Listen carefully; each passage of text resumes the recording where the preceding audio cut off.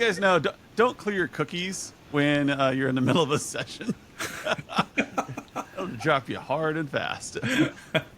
Anyways, we're here today with Richard and Skip, and we're talking about the things that MSPs mess up on end of the year. And Richard has an interesting perspective, as you just pointed out, because this isn't end of year for South Africa. So you need to get used to the U.S. way of doing things, Mr. Bauer. I do, but what it does do, and what I've learned in the last year or two of working closer with Americans and the culture and everything like that, is that there are pros and cons to both sides of it, and I think we can both learn. And the application's still the same. We shouldn't be leaving everything until the last minute now anyways with the closeout of year. But if you have, don't worry, just treat the next month as closeout and do everything we're telling you to do now. Do it next month. You've got nothing to lose. Yeah. Also today, you'll notice that for those of you who join us on YouTube, the fire over here, my camera took a crap today. So it was been slowly going out on the sensor. And now we've got a big argument going, what webcam should Adam get next? Do I stick with the DSLR? Or do I go with one of these new fancy things that Richard is looking at? If you have any opinions, put them in the comments. But here I am. I figured a nice campfire. It's fall. It's nice. We all like the outdoors. Except for Skip. He's a city boy. Or crash and burn. Whatever analogy you want to draw. The dumpster fire of 2024. I can get a still frame out of my camera, and that's about it. So, anyways, we're talking about end of year activities here, and I see a lot of people kind of fail when they're trying to close out the year because we're so technically minded. We think that we got to close out projects. We've got to get these things done before the end of the year so we can start our new year.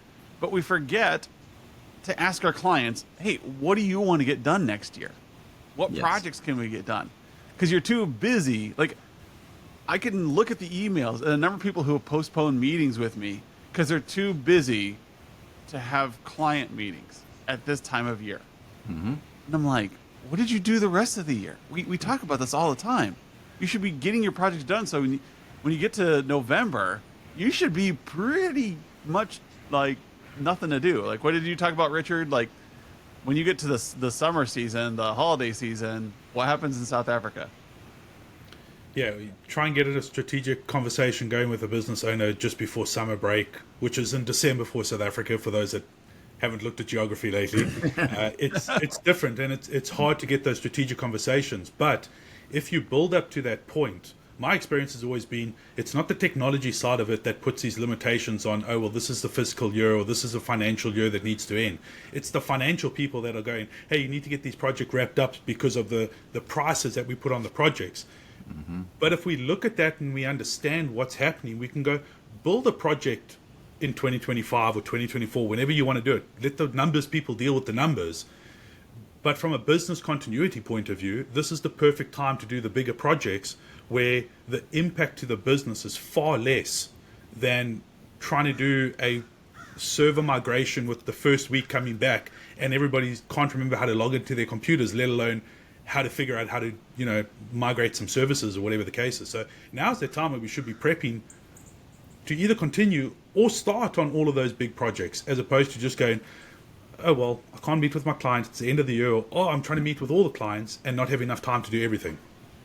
Well, and in doing that, in targeting those projects, the tool there is what is going to help the customer out. And so the conversation thread goes something about, what are some projects that we can do that is going to be minimal impact to your, with the understanding that you have a lot of people out of office or a lot of people that, won't be logging in regularly. What are some things that we can do that would benefit your business? Right? And, when they're going, hey, we don't have, regular office hours on, this portion of the week during this time or these few days, this would be a great time where you wouldn't impact our employees. You guys can come in and do whatever you need to do, and that's not going to hurt us. And just really zeroing in on that, hey, this would be good for your employees. This would be good for your team. And it may be a very technical project that we're working on that the value is less business focused maybe, and sometimes I know there is a challenge in drawing those technology lines that are really obvious, but this one is, hey, this is the impact to your workforce, and if we do this project any other time of the year, it's going to negatively impact your workforce. But if we do it right now, you guys will have minimal impact. And so that gets that buy-in from your clients, but it also creates that atmosphere of, hey, I'm really trying to work with you, work for your business. And this is a good thing to do right now.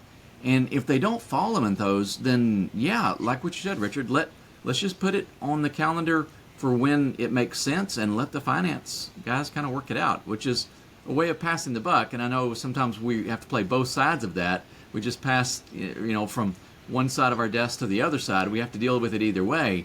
But driving that business element in is going to help sort these out, maybe.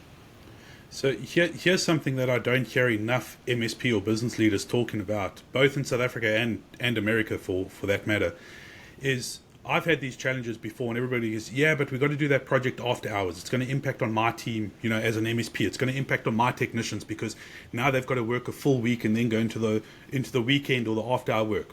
It doesn't have to. If we are smart enough with how it works, and this is how I was able to get some of my seniors to run a project on the weekend. Oh, we're getting close to Christmas time. You want to beat all the queues in the shops and whatever else if you're not buying on Amazon? Cool. How about you have Friday off and you work Saturday? Yeah. Well, all of a sudden, you've now got a handshake between you. You're not paying overtime because you're exchanging hours for hours or whatever the case is. But when I was a techie, I used to love that. You give me Thursday, Friday off, I'll happily give you, some after hours or weekend work because I can go and get things done on a Thursday, Friday that I can't do on a weekend. And I'm shifting those hours. So, there's that side of it that you can play around with as well to make sure that if you didn't factor in after hour work in your project proposal, and now you're going to be losing revenue because you didn't do your costing right, but it's also could be a win-win situation for both you and your technical team in terms of running these projects after hours, and the client benefits from it as well. Yeah. So it's an interesting viewpoint that I think MSPs need to consider as well, and it's all about having an open conversation. Hey, Mr. Client, here's the technician that's going to be doing it, the techie, whatever the case is. Let's all sit around and have a conversation as what works best for everybody. I know that I've had clients in the past, they don't want you working on a Saturday in their facility. Why? Because that's when the cleaning staff are coming through and working with chemicals and doing all of these things that cannot have people in the facility because of the dangers of it. Okay, well, cool. Let's work around something else. But the fact remains, we're going through the end of the year. Are we getting those projects in place? And if not, what are you going to do different next year to make sure that you're not running into the same headbutting situation that you're going to be doing next year? So for Adam sitting there watching his campfire at the moment, what's he going to do different to make sure that the next podcast doesn't yield the same results as this one? I'm going to order myself a camera. Well, so we've commented it before we start the recording too. If for those of you that are listening intently, we not only have the visual from Adam, but we're getting the audio as well. I heard a bird just a few minutes ago, so Adam's got the full experience going on here. We get the crackling fire. I heard the crow. Yep. But that's mine, I think. This is a 10-second loop here. Okay. And all right.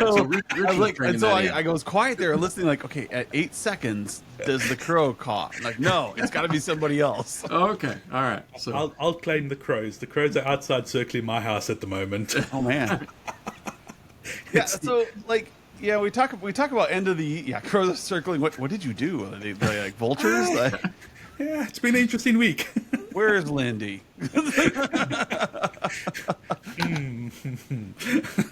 Anyway, so we're sitting there and talking about the end of the year. So we got to maintain schedules, be more creative with your end of year scheduling. Get in front of your clients. I'm a big fan of getting in front of my clients this time of year because I wanted to be a big fan of you going in October and being the first person. Hey, we designed a budget for you. This is what 25 looks like. do you have any issues with this budget? It's not it's not a quote. It's just a budget. It's a proposal. They're easy to put together. And the client's like, well, that's about what we spent this year, and we're going to get this new thing. So make sure you put in your budget. Here is what you're going to be able to do this time next year. So here at Humanize IT, we'll be talking to the developers, and we'll say, well, if we do this feature, now we're going to be able to do this thing. So for those of you checking it out, when we're recording, we just made SSO go live. Yeah. Now people are able to log in via Google or Microsoft, or if you want to set it up, SAML, and you can get into your system. This helps you with compliance checks. It makes things a lot easier for managing things. So when you talk to your client, you should be able to say, hey, this is the budget proposal we have for next year. If you accept this budget, by this time next year, you're going to be able to smoothly work from home. Those Wi-Fi issues that have been annoying you, they're going to go away. If you accept this budget proposal, you're going to get a free cappuccino machine, and we're going to install it in June. Tell them what the difference is going to be. Don't just say, hey, we'll keep your lights on for another year. You'll be like, if you accept this business proposal, this is what you're going to get next year. Give them a carrot. They're going to be able to do what? They're now going to be able to sell more hot dogs out at events. Are they going to deliver more flowers? Are they going to fix more teeth? I don't know. You know your clients, and design a budget that will change the way they do business. Well, there's a really important element in that, and that's the future-looking part. And I know that a lot of MSPs, they hesitate to do the end-of-year sort of meetings because they want to do a review component in those meetings. And when they sit down to review the year, up to date, all they have is a lot of technical information, and it's too much. They know it's too much. They have a hard time getting it all brought together into a, cohesive and relatively, manageable chunk of bit of information, and so they just give up. And too many times, if they do get the meeting scheduled, it's not very good, or it's too much work, and they just don't do it at all.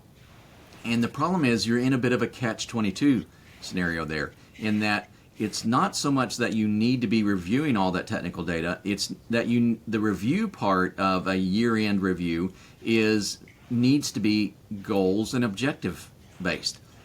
What did we accomplish this year? And it's not anything to do with the number of tickets that were closed. It was, the business objectives that you helped them achieve. It was, the successes in whatever, new things that they're trying to do, or pain points that their business had. And when you don't have those things to talk about, now they might have actually happened, but you haven't been able to identify those and really show that you're hitting the mark. That's the value that your clients are really looking for. MSPs are constantly looking to show value to their clients. Those are the really valuable points. And when you don't have those, that makes it really hard to start these meetings, and so you don't start the meetings. And then if you don't get on this meeting route, if you're not now working on setting those objectives for next year, those goals and how you're going to provide value to your customers, then in next year you're going to be in the exact same situation. So you've got to break the cycle by just doing it. All right. It may be a little bit different meeting. It may not, fit an exact format that you would like. But if you focus on next year's activities, then you're going to provide the framework that not only can your team work within for next year, but you're also setting yourself up for a really, really successful engagement like this in a year's time, because you're going to be able to highlight the elements that you worked on, the value they provided, the things that you did for the business, and really get that ball rolling. So at some point, if you're stuck in that catch-22, you just have to break the cycle and do it. With the understanding that the first one may not be all that you want it to be. I think, as Skip says, start small. You don't have to do it for all your clients. Start with one. Start with two. And start little. And so just to jump in there, and I think there's a couple of points that are important to take out there, is that you may be, one, working with bigger clients, And the way to get this foot in the door is rock up there and say, hey, it's end of year. I want to bring coffee and donuts for you and whatever the case is. And you start with that informal conversation. In the back of your mind, you know your objectives are.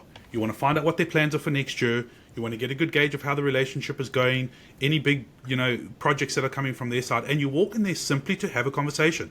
Put your laptop away, put your cell phone away, put all of those things away and just walk in there and have that conversation. That will pay dividends next year. I promise you. Been there, done that, got the t-shirt. It will face, you will see the reward of it.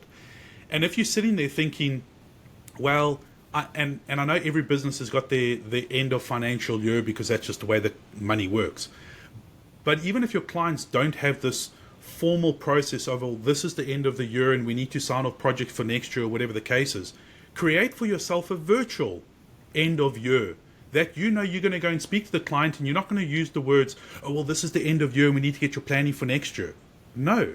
In your head, you're walking in there going, hey, in my world, in my life, this is the end of year. I know that I can go to Dell, HP, whoever it is, and if I order 150 laptops or desktops or whatever, I can get a really good rebate. Mm-hmm. So you walk into this customer and you go, how's it going? Blah, blah, blah, blah, blah. Next thing you go, hey, if we can get this project signed off for before March of next year, and it's a desktop rollout or whatever the case is, a hardware refresh, I can get you a 25% rebate because you've lined it up with your other customers. So you've got to learn the lingo that your customer understands and the way that they talk. And that's one of the highlighting factors going back to our platform in terms of the projects. Go and customize your project names. You're not selling them an architecture refresh. You are selling them a no downtime in your data center, or no downtime to your online application, or website with no downtime, or handle 10 million more customers, whatever the case is.